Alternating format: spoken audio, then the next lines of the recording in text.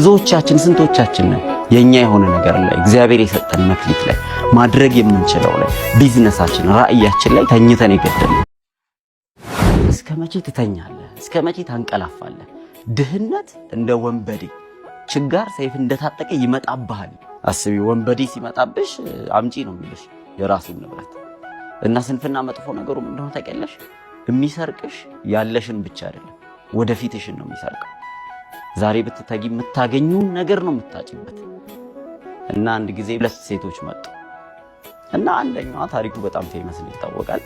አንደኛዋ ልጇ ላይ ተኝታ ልጇ ሞቶ ነው የመጣችው።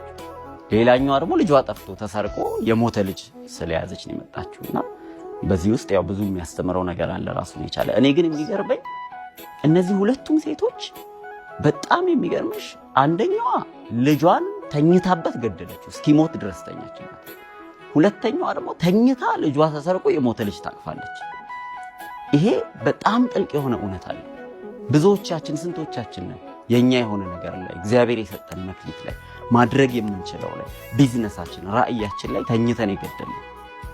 ሌሎቻችን ስንቶቻችንን የኛ ነገር የሆነ ተሰርቆ ከእጃችን ተወስዶ በሙት ነገር የተቀየረ።